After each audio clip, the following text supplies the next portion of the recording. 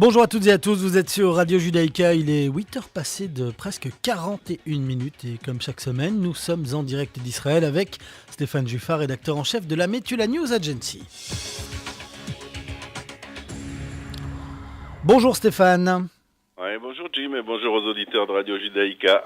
Alors Stéphane, on va faire le bilan des gros titres de la semaine avec vous et on va commencer tout de suite avec ce qui s'est passé hier en Israël avec une nouvelle attaque au couteau, une nouvelle victime israélienne et surtout une attaque perpétrée par des Palestiniens de 14 ans. Alors ça pose une question dont on a déjà beaucoup parlé ici à l'antenne. Comment réagir face à des attaques au couteau d'enfants, Stéphane? La question divise aussi en Israël.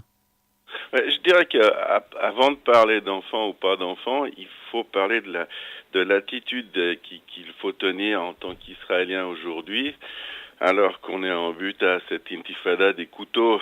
Moi, j'ai été 2 fois à Jérusalem cette semaine, dont une fois dans la vieille ville.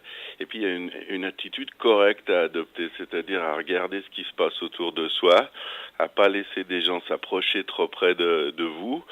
Et moi j'ai une autre technique, c'est-à-dire que comme reporter photographe aussi, j'ai toujours en bâton de trépied d'appareil de photo qui me sert pas le cas échéant à frapper des gens, mais à les tenir à une distance de ma personne, parce que quand il y a un agresseur au couteau, eh bien il faut qu'il s'approche tout près de vous, et puis si vous avez un bâton, ben vous pouvez l'écarter. On en parle sur les chaînes de télévision, on en parle sur les stations de radio.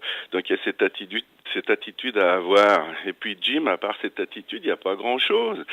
C'est-à-dire que on a vu hier, un des principaux enseignements, c'est que un gamin de 14 ans ou de 15 ans peut vous tuer. Un gamin de 14 ans avec un couteau en main, avec l'effet surprise dans un supermarché, et un jeune homme de 20 ans a perdu la vie. Un soldat, c'est-à-dire c'est quelqu'un qui est quand même assez au fait de la défense, de la sécurité, etc. Mais probablement il n'avait pas toute son attention. Parce que quand on est dans un supermarché, en règle générale, on doit obligatoirement se détendre. On n'arrive pas à imaginer, surtout qu'il y avait 2 contrôles à la porte, il y avait 2 gardes qui étaient censés fouiller les gens ou les identifier.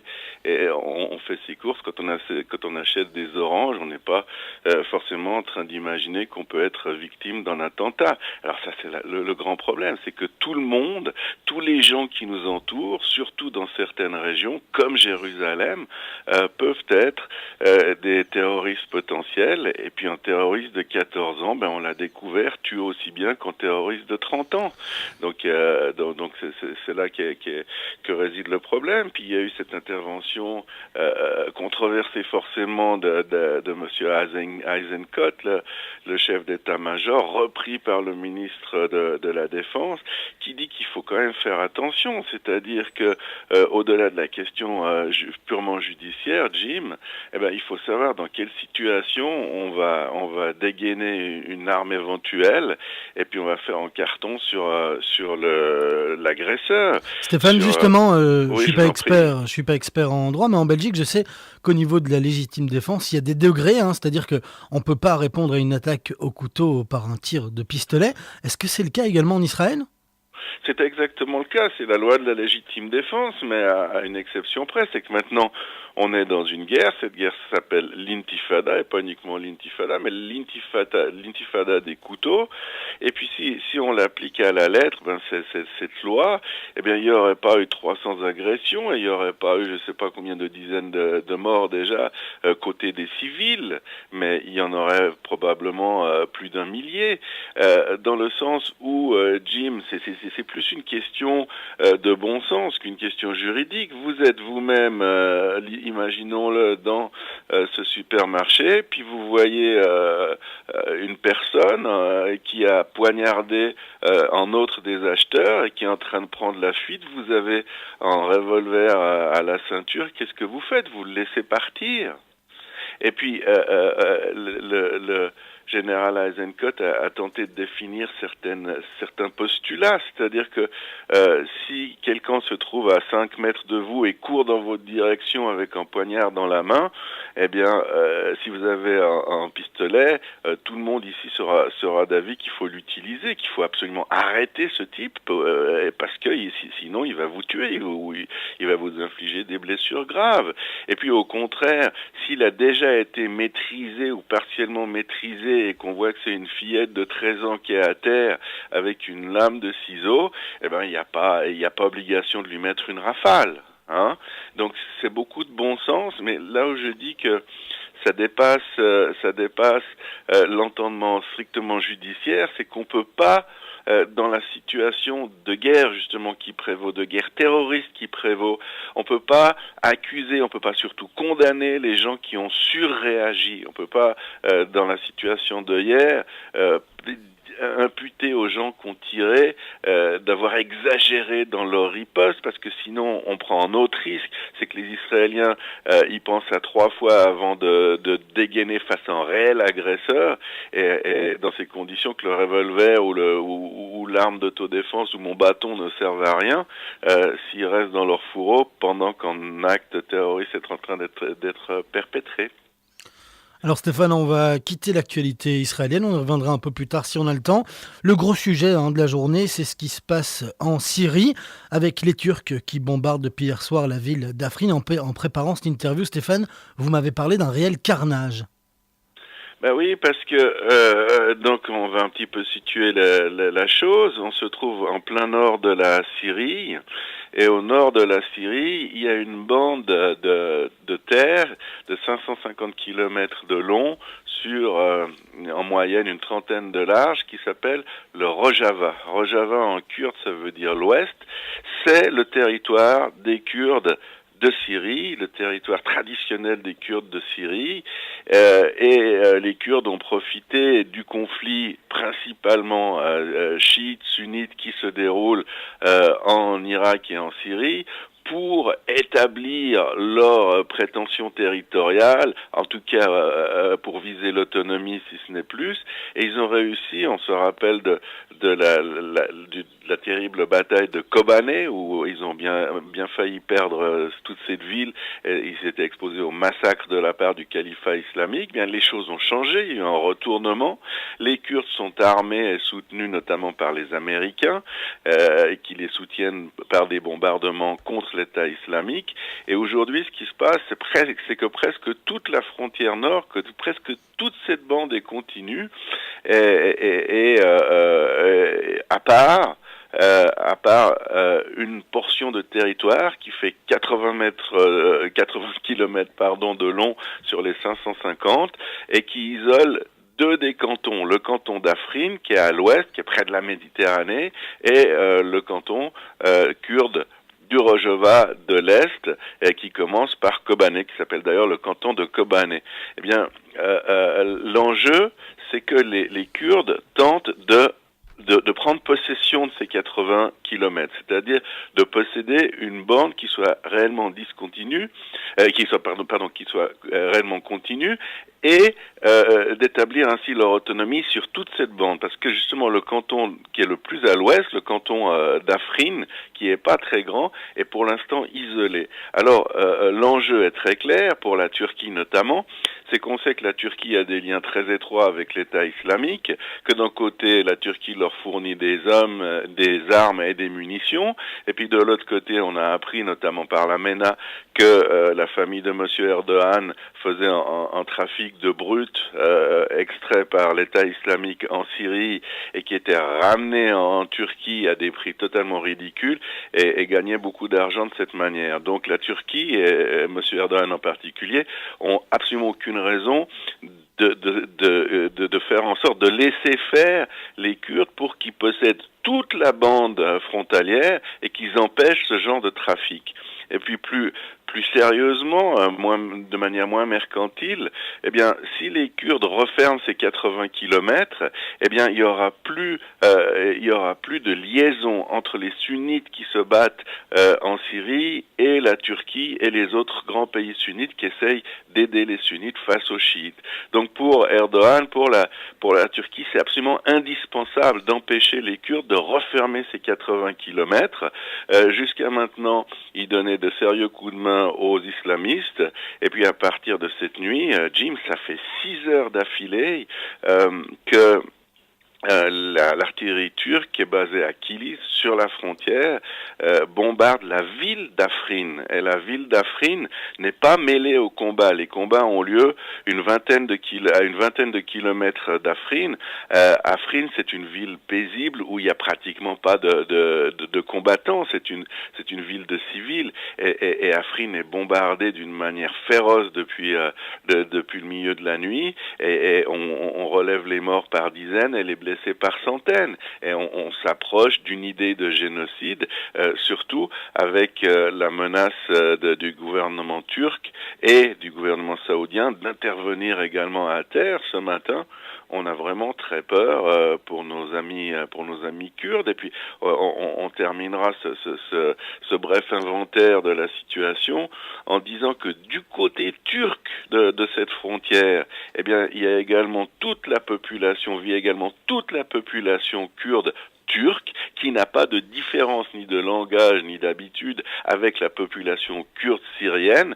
Et la grande peur d'Ankara, c'est dans le cas où toute la bande frontalière en Syrie, tout le Rojava serait aux mains des Kurdes, eh bien que les Kurdes turcs se joignent à cette autonomie et se joignent également à l'autonomie qui est presque une indépendance qui prévaut en Irak, et forme le fameux État kurde qui effraie terriblement les Turcs, surtout qu'il est très riche en pétrole et en autres ressources naturelles, et puis qu'il n'est pas du tout islamique, qu'il a d'excellentes relations notamment avec Israël et depuis des dizaines d'années. Donc ce matin, cette semaine, la semaine prochaine, le focus, le point central de tous les dangers, c'est effectivement cette bande du Rojava.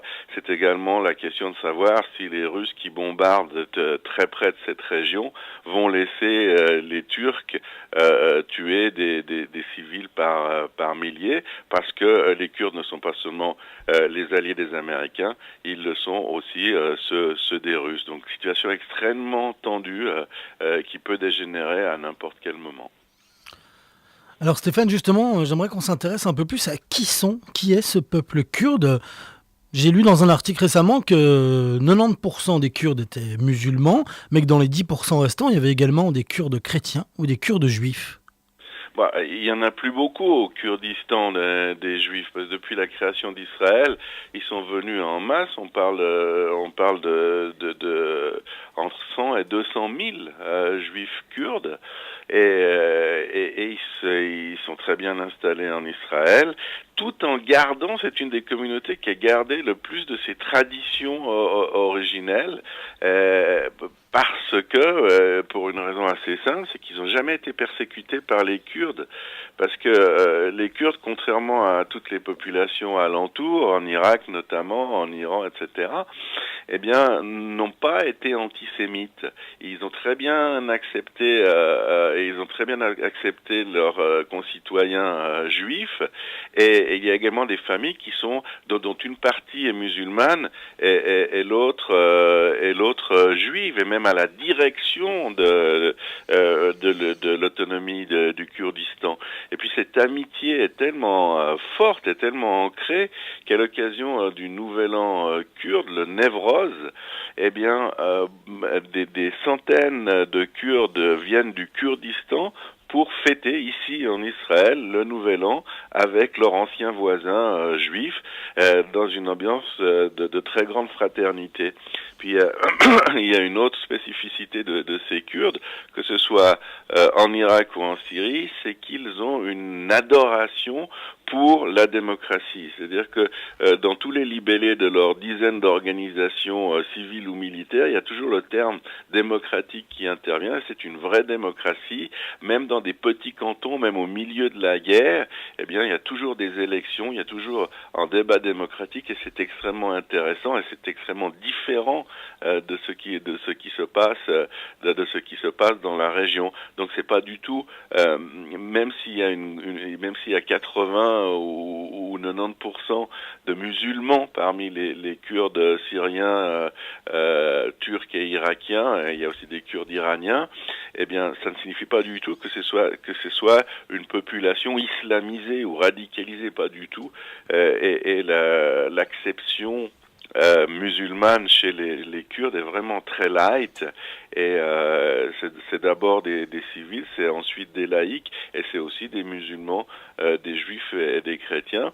Et c'est d'ailleurs ce qui inquiète beaucoup, notamment les chiites en Irak, de se dire que cette population est d'abord laïque et ensuite musulmane, parce que l'Irak lui-même est voué à des pratiques et à des pensées religieuses extrémistes sunnites et chiites, et les deux camps voient d'un très mauvais œil cette entité différente, cette entité laïque qui justement a toujours eu, et cela continue de nos jours, d'excellentes relations avec Israël, notamment dans le domaine de la défense, mais pas seulement.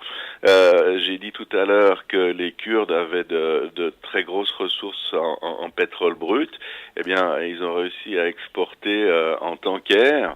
Je parle des Kurdes d'Irak, et le premier bateau d'exportation de pétrole brut qu'ils ont réussi à faire sortir, parce que c'était assez pénible et compliqué, parce qu'ils n'ont pas d'accès direct à la mer. Le Kurdistan, ni en Irak ni en Syrie, ne touche pas à la mer, mais ils ont quand même réussi à affréter en tanker. Et ce tanker, Jim, je vous le donne en mille, eh bien, il a été affrété, il a été vendu à Israël et raffiné dans les raffineries de Haïfa. Et on ignore quelle a été la contrepartie, mais on n'est pas loin d'imaginer qu'il n'y avait pas seulement d'un paiement en argent, mais également probablement dans une forme ou une autre d'assistance sécuritaire de la part des Israéliens, qui continue vraisemblablement pendant que nous parlons. Stéphane, il est 8 heures passées de 58 minutes. Déjà, il va falloir malheureusement arrêter cet entretien. Merci en tout cas d'avoir été avec nous. C'est toujours avec le même plaisir, vous le savez bien. Et ce qui me permet de souhaiter à tous nos auditeurs un excellent week-end, si possible ensoleillé, à Bruxelles. À vous aussi Stéphane, et Shabbat Shalom à toute la MENA.